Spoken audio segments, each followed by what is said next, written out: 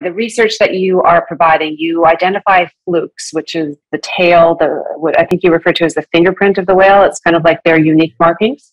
Yeah, so when it lifts its tail out of the water, it's got a black and white pattern on the bottom side, and that's as unique to that whale as our fingerprint. So that's how I identify 2,000 whales. We need to respect them. They're wild animals. I believe you told me last time they're the size of a city bus.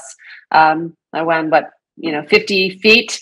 They're not small, and they're not light. And so, we have to respect them for so many reasons, not only because they're animals, but because of, again, the importance of of what we're being able to observe and learn from them. I have a lot of luck with these whales, and people say to me, how do you manage to have these encounters all the time? And I tell them, as I told you, if you remember last year, I say the best way to have these encounters is to be passive.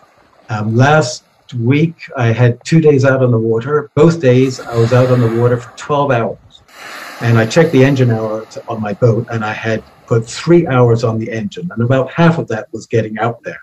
So that tells you that I'm spending 9 hours with the engine off, just sitting and waiting.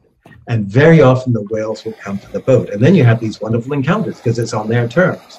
But moving with a bunch of other boats around a whale is only going to push those whales eventually into deeper water where they can get away. So it is better to be passive, to respect them, and if they want to, and if they're in the mood, they will come to the boat. But they're like us, they have personalities and agendas, and they could wake up with in a bad mood, whatever. So you do have to respect them and recognize that each animal is different. What do you think about the Coast Guard having to go out now and protect them? I've heard many, many tales of, unfortunately, multiple boats chasing after whales, and even worse, people sitting with wetsuits on the side of the boat waiting to jump in with the whales.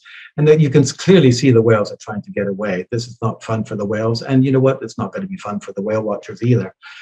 So I think that it's actually a good idea to have some policing there.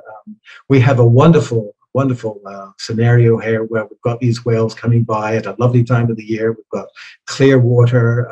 On a good day, the whale watching here is better than anywhere in the world, but we do have to monitor ourselves. And if we can't monitor ourselves, then the government's going to have to do it. So I would say that I think it's a good decision.